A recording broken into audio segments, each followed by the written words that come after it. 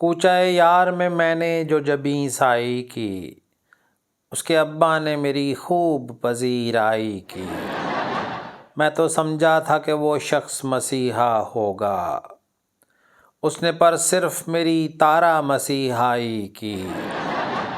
उसके घर पे ही रकीबों से मुलाकात हुई, क्या सुनाऊं मैं कहानी तुझे पसपाई की। मेरे ताया से वो हैं उम्र में 10 साल बड़ी, मेरे ताया से वो हैं उम्र में 10 साल बड़ी। घर के हर फर्द पे दहशत है मेरी ताई की।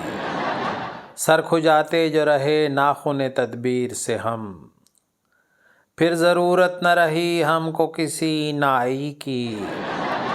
वो भरी बज़्म में कहती है मुझे अंकल जी, डिप्लोमेसी है ये कैसी मेरी हमसाई की। कुछ तो बदनाम ही थे इश्क़ बुता में हम लोग, कुछ रकीबों ने बहुत हाशिया आराई की।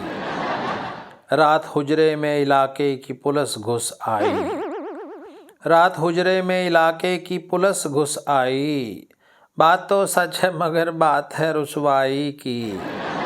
मैं जिसे हीर समझता था वो रांझा निकला, मैं जिसे हीर समझता था वो रांझा निकला। बात नीयत की नहीं बात है बीनाई की। कूचाए यार में मैंने जो जबीं साई की, उसके अब्बा ने मेरी खूब पजीराई की।